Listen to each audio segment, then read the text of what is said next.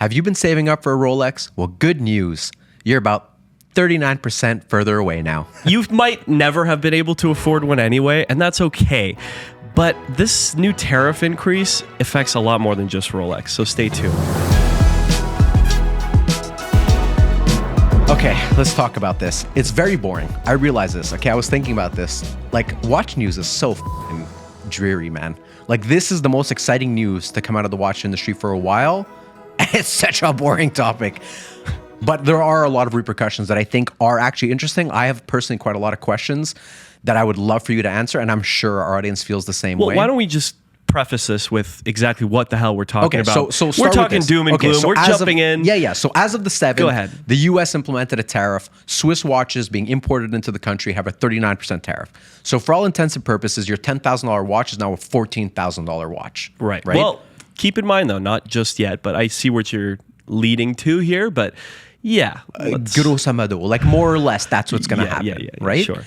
So let's start with this. What constitutes a Swiss watch? What watches will be affected, right? A watch that's made in Switzerland. Thanks. Yeah, Thank you. No Thank problem. you. I appreciate that. No I problem. couldn't have figured that out. No, but so like specifically, a Swiss watch is what? It's like 60% of the components were like made in Switzerland, and the majority of the assembly and the inspection has to be done in Switzerland, right? Mm-hmm. So that's what a Swiss watch is. So for all intents and purposes, watches like Rolex, AP, like Patek, Tissot, anything that says Swiss made on the dial is going to be affected. Yeah, right? or it's classified as Swiss made or manufactured in Switzerland at the least. Yeah, of course. Now, originally I thought the only watches that would be affected are new watches, but this is not the case. That's not the case, and I knew that not to be the case as a reseller, right? So it doesn't matter, irregardless of if it's the manufacturer that's shipping it to the States, or if it's a secondary dealer, or if it's an end user client bringing it into the States from purchase in Switzerland as well.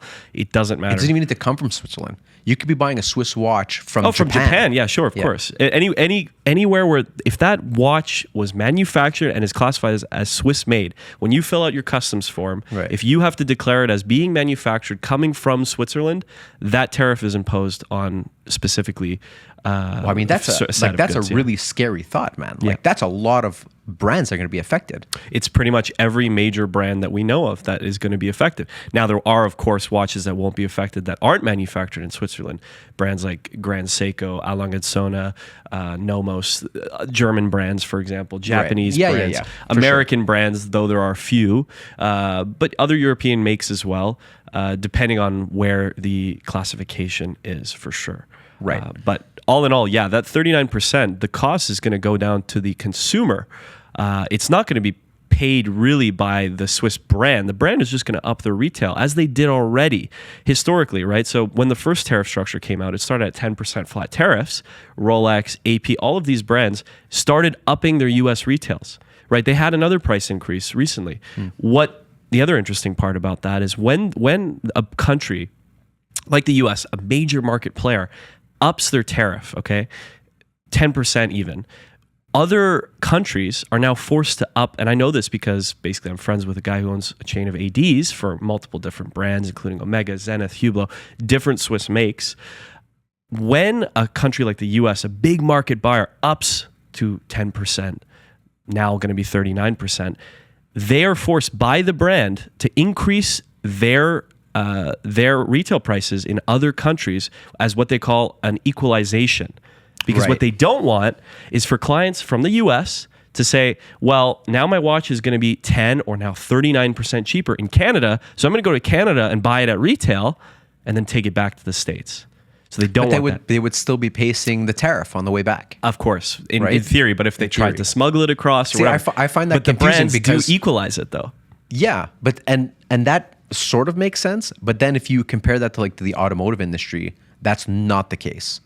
Right? They try more or less, but there is an actual difference. Yeah. Like a car purchased in Canada versus the US, dollar for dollar are not the same. Right? And you see this in optional extras, you see this in packages, you particularly see this in places like China, where a G-Wagon is significantly more expensive, right? Yeah. Which is why a lot of these cars end up getting stolen and put on ships. Of course. Right? Yeah, for sure. Okay. So I guess that kind of answers my question about ADs and whether or not they'll be affected. Oh yeah, the ADs are going to be affected, of course, but doesn't stop there, Chris. But wait, there's more. Not in a good way. Unfortunately, as Chris mentioned in the intro, if you had any hopes of buying a watch on the secondary, well, the unfortunate part about the secondary market, which is fortunate to those who've invested in it over the long term, is that they tend to follow the retail price. It's something that I've said on this show in the past. If you're looking for a good value purchase, you buy something that sells under retail at on the secondary, and you can hold it for X number of years, knowing that the retail will increase by 5, 10, sometimes 15% per annum for the foreseeable future until it's discontinued. Right. So just by banking on that, you could bank on that on buying one of these watches. Well, that is true now too with tariffs. If the retails suddenly get like heightened basically and raised pricing overnight essentially, which is what's going to happen shortly once this really fully gets locked down, if negotiations don't happen in the near future, the brands are going to be forced to do sudden price increases, which the secondary will respond to by all of a sudden creeping as demand starts to increase on the secondary to try and beat out that percentage difference. Yeah. So it's just supply and demand at that point. And it's not like, retail buyers are going to be the only ones that suffer. The secondary market will as well. For sure. It's going to have resounding rippling effects. Oh, yeah. Without a doubt. Yeah, like that's guaranteed. Without a doubt. So one of the questions that I had actually prepared for you is whether or not that ripple effect will start affecting, like you mentioned, watches that are not Swiss made, right? The Grand Seikos, the Elegant and Sonas, like all of these watches. Will people start, like I had kind of the thought of, would people start shifting to consider these brands? Like I'm of the opinion people won't give a flying fuck. Like they won't shift. It's like trying to convert someone who absolutely adores Mercedes to drive a Lexus. It just doesn't work that way. If you are open to Japanese cars and you drive a Lexus, which has like the best customer retention of any automobile, that's one thing. But trying to convince someone who's like German cars all the way to go, Japanese, it's just not possible. You can't get them to change their mind. Yeah. And I feel like with watches, it's the same thing. If you're a fan of Swiss-made watches, you won't give a fuck that they're 40% more expensive. If you're in the market to afford this type of watch, it becomes like Britt Pierce keeps talking about, right? It's like Veblen goods. Like the more the price goes up, the more you want it almost. Right. You know what I mean? Sure. It's like, because now it's like even more unattainable. There is an element of that. I think too that what you're saying is right. There's obviously a limit to that, right? If overnight, for example, a Pepsi becomes $40K at retail, I think the demand is going to shoot way down. But the fact that it's gradual and it's really like it's quarterly at most in terms of the frequency of price increases, and it's yearly at best, let's say. Right. Back in the old days, it really was yearly. The last few years, it's been twice, 3 times a year that price increases have happened. But the market continues to respond and with an elasticity that is tight, right? So the secondary and the retail prices follow really, really quick. This is kind of a newer thing. Like how quick are we talking? Like it's been a few days since this has passed. Like have you already seen secondhand prices start to creep up? No, because the retails haven't changed. Because the retails haven't changed. The retails haven't changed. So the moment you see the retail, yes, then I have had a few hype. So there's not like clients secondary texting me. pieces going up in speculation of retail. Well, I have had hype clients that have been texting me the last few days in particular, asking me about pricing on things like Pepsi Jubilees, Blue Stick, DHS. So they're asking about the pricing. See, that's fucking interesting. Already that is because a if I telltale had sign. to guess which pieces would take a fucking price hike, it would be all the overhyped ones. Right. Anything that's overhyped, that all of a sudden the retail's going to go up, the secondhand is going to be going up as well, even more profoundly so. I think that it's more that you'll see the difference more because of the value of the watches. So for example, if on the current market, a brand new Pepsi Jubilee is $32,000 Canadian, 26 or whatever it is, US, something like that. That is so far above retail already that going from 26 to say 27 or 28 US overnight, it's kind of like, it's a shock, right? It's like, oh, whoa, that's $2,000 more over retail and it's more noticeable. But I think that same phenomenon will happen with watches that sell under list just as well as they will with the hype watches. Right. It's just that, the larger the dollar amount as well, that percentage takes a larger dollar figure in terms of real terms. So, it's kind of an interesting thing. It's very interesting.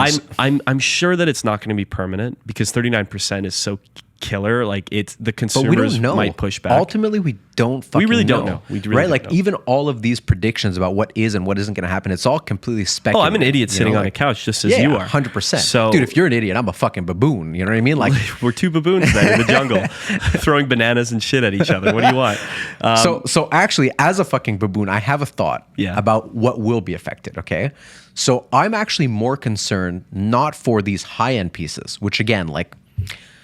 People can't afford anyways, and the people that can't afford it, like they don't give a fuck. They don't really care They'll that just much. fucking Yeah, they'll find sure. the fucking money. You know what I mean? Yeah, sure. But where I'm concerned is the following. If you take a watch brand like Tissot, beloved Tissot, that people genuinely can afford, that people do buy, and you take that $500 watch and you increase it by 40%, the perceived value is no longer there Yeah. in my mind, right? Yeah, I hear when that. I see something like that, then I think to myself, you know what? People might actually shift from buying that Tissot to buying a Seiko, right? It's very possible. It's very possible. I think it is. I feel like the chances of somebody going from a Rolex to a Grand Seiko, not very likely.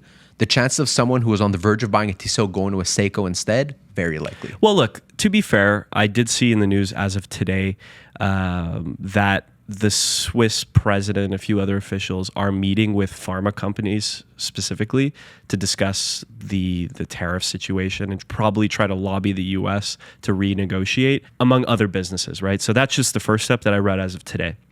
They haven't talked to the Swiss watch industry because, frankly, on a dollar scale, there are other bigger industries. Right. So when you say Swiss something, it's like, okay, you can say Swiss, the Swiss chocolate greats, Lindt is going to go to Trump and, sit him down. It's like, renegotiate. No, it's like really. Are they that fucking closely knit that don't give a fuck? Well, that's what I mean, Their, right? Their neighbors down the street are selling watches more expensive? Pharma's a huge industry. It's bigger than watches, right? Yeah, so yeah. these sort of I'm things. not arguing that. I'm arguing, will the government have enough, be able to put enough pressure Yeah, or of pull course. on that industry? We're turning to be into help, you know what I mean? Like help the global economy. Well, Like, look, we're about to turn into a total politics podcast, which is fun. I'd love to do dude, it. I am fucking unqualified to talk about politics.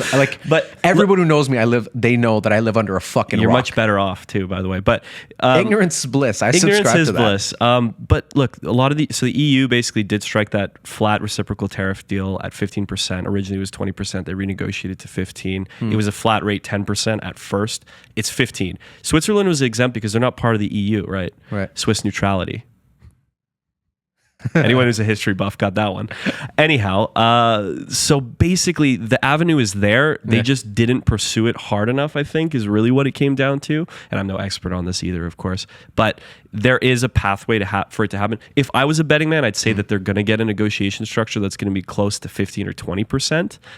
But that That's has yet still to be significant. That's It still significant. still is quite significant. Yeah. It is for sure. Like this is not great for the end consumers of watches. Basically, this is not good for watch buyers anywhere, including Right. myself. Okay, so let's talk about one last thing, Sure. shall we? Let's do it. Would you give any practical advice to anyone watching this podcast about what to do today about this? Like, for example, Yeah. if I have my eyes on a watch, should I go buy that fucking watch before fucking knock on wood that price goes up? I think that you should hug your loved ones tight and realize that perhaps that Pepsi is going to shortly become out of reach. No, but in all seriousness, no. I mean, look, is we there talk any, like it's is doom there and any gloom. consumer advice that could be given? Sure, of Actual course. practical advice, given all of this speculation Yeah. on what you would tell them to fucking do besides buying a Seiko? Call me and buy as No, many no, watches as you can. No, look, no, because No, you dude, know what? even for myself, asking you, right, Yeah. as a friend, would you look at me No, and be like, because I Chris, wouldn't. it's I time wouldn't. to go into the market and buy a new watch. There's two things at play here. First of all, Yeah. the summer market is always the lowest market for watches, right? It's always the lowest pricing. Well, generally, okay, I'm not gonna say always, but generally for the last few years, summer market is low, right? As you approach Christmas, as you approach the holiday season, that's always the high. Then it kind of bumps up again with watches and wonders, with discontinuations, with that sort of stuff that fuels it. But the summer months are always slower months, always in the watch market. So the But prices hold on, are that's lower. practical advice. So basically, what we're saying is, if there is a time to buy a watch, buy it in the summer. It is the summer. secondhand. I always anyways, say you that. can buy it in the Yes, summer. yes. Okay. I always say that. just because that is the slower time. The prices tend to be lower. But then again, Dude, right? look at us actually doing consumer advice. That's fucking, I didn't know that. Can't believe it, right? No, that's actually practical. Yeah, Okay. well, it is. It is, I guess. I guess so. But at the end of the day, what you're talking about here is a few percentage different, right? As soon as something becomes discontinued, that's just pure speculation. I can't give advice on that. And when it comes to the tariffs as well, I can't really speculate because who knows? Who knows? With the kind of back and forth that's been happening for the last few months, you have no idea if it'll go to zero. Really, like there's no telling what will happen. So I'm not going to tell you, oh, go out and rush to buy because that would just be disingenuous. In reality, I don't know because if everyone's rushing to buy now and the market jumps up, and then all of a sudden the tariffs get revoked and nobody ups the retail, what do you think is going to happen in the market? Already being the summer market, there's going to be more influx of watches on the market for sale of people that bought at Right, it's gonna correct rush even harder. buying. It'll correct hard. Okay. That all makes perfect sense. Yeah. But that's all in the secondhand market. Yeah. Right? What about at retail? We know there's going to be an increase. We don't Right? know yet. Well, we do know. Well, there will be. There will be. We just don't know We don't know exact the percentage percentages. figures, But the by numbers are going to brand. go up. Yeah. So if you were thinking about buying a Swiss watch at retail, Yeah. amongst the watches that are available, Yes. would you buy now? If you were imagine you're a saver, you're a consumer, and you're dropping a dollar into the swear jar, and you're saving up for that watch at retail. If you are, let's say, 75% of the way there, it might be a good idea to pull from the emergency fund and just buy it now. Just cheat it a little bit. Your wife's going to kill you. Your kids will go hungry, but you'll have the watch.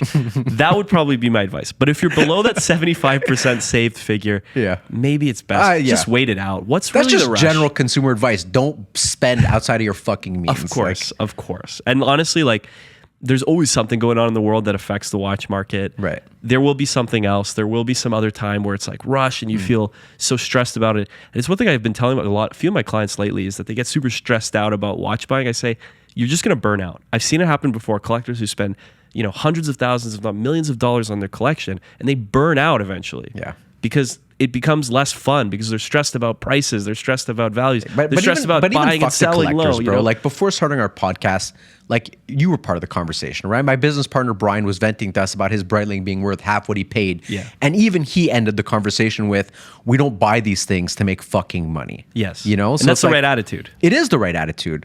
So it's like that's my advice. Is like, yeah, to your point, if you're, saving, your piggy bank is pretty close. Why not? You might want to pull the trigger. This might give you that little push. Yeah. But it's have fun. Have fun and don't stress but it. But don't buy the speculation. These don't are think that watches. it's the time to buy because you're going to start making money with the watches all of a sudden. Don't subscribe to any of that shit. Yeah. We're not talking about your 401k here. We're not talking about your life savings here. We're talking Yeah. about a watch. So if it's not fun, if it doesn't feel like the right time, don't do it. Don't force yourself to do it. Have fun with these things because they're going to last you longer. The memories attached, like you're not going to think, oh, I thank God I rushed to buy that Pepsi before it went from 28 to 29,000 on the secondary. It's like, no, nobody's really going to think like that. But if you really spend your time and you get the call at retail or you have some sort of really nice memory attached to it, you're going to cherish Bro, that. 100%. There's a time and a place for everything. And on that note, I think that's where we end our discussion on tariffs, my friend. Thanks for watching, guys. Thanks.